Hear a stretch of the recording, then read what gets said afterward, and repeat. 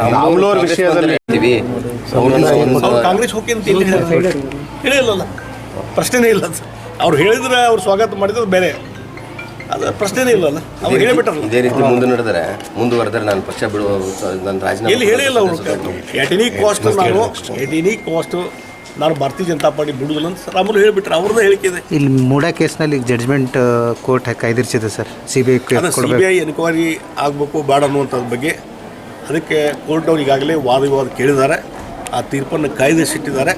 ಅಲ್ಲಿ ಏನಾಗ್ತದೆ ನಾವು ವೇಟ್ ಮಾಡಿಕೊಂಡು ನಾವು ಮೊದಲಿಂದ ಭಾರತೀಯ ಜನತಾ ಪಾರ್ಟಿ ಈ ಮೂಡಾ ಹಗರಣ ಭಾಳ ಒಂದು ದೊಡ್ಡದಾದಂಥ ಹಗರಣ, ಇದರಲ್ಲಿ ಮುಖ್ಯಮಂತ್ರಿಗಳು ಇನ್ವಾಲ್ವ್ ಇರೋದ್ರಿಂದ ಇವತ್ತು ಲೋಕಾಯುಕ್ತ ಅಥವಾ ಸ್ಥಳೀಯವಾದಂಥ CID ಮತ್ತೊಂದು ಇದರ ಮುಖಾಂತರ ತನಿಖೆ ಆಗಲಿಕ್ಕೆ ಸಾಧ್ಯ ಇಲ್ಲ, ಸ್ಥಳೀಯ ಆದಂಥ ಅಧಿಕಾರಿಗಳು ಇರೋದ್ರಿಂದ. ಅದಕ್ಕಾಗಿ ಇದನ್ನು CBI ತನಿಖೆ ಕೊಡಬೇಕನ್ನುವಂಥ ಒತ್ತಾಯ ಮೊದಲಿಂದ ನಾವು ಮಾಡ್ತಾ ಇದ್ದೇವೆ. ಈಗ ಕೆಲವರು ಕೋರ್ಟಿಗೆ ಹೋಗಿದ್ದಾರೆ, ಅಲ್ಲೇನು ತೀರ್ಪು ಕೊಡ್ತಾರೆ ನೋಡೋಣಂತೆ, ವೇಟ್ ಮಾಡೋಣ. CBI ಅಂದರೆ ಯಾಕೆ ಭಯ ಕಾಂಗ್ರೆಸ್ ಸರ್ ಈ ಪ್ರಕರಣದಲ್ಲಿ? ಇಲ್ಲ, ಮೊದಲಿಂದು CBI ಅಂತಂದರೆ ಅವ್ರಿಗೆ ಯಾವಾಗಲೂ ಭಯ ಇದ್ದೇ ಇದೆ.